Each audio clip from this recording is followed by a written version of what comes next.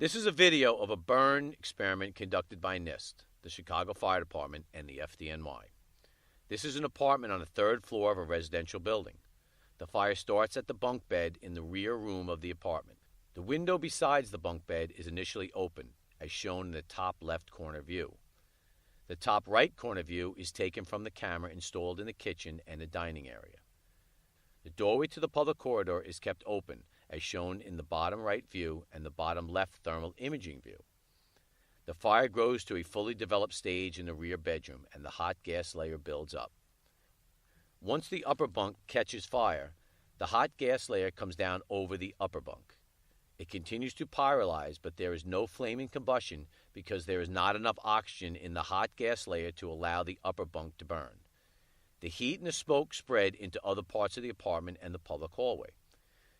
There is only a small amount of radiation from the smoke, but you can perform search and rescue operations as long as you have your air because temperature at the floor level is ambient. But that's going to change in about 15 seconds. As a 48-inch fan outside the window creates a 25-mile-an-hour wind, this room becomes fully engulfed.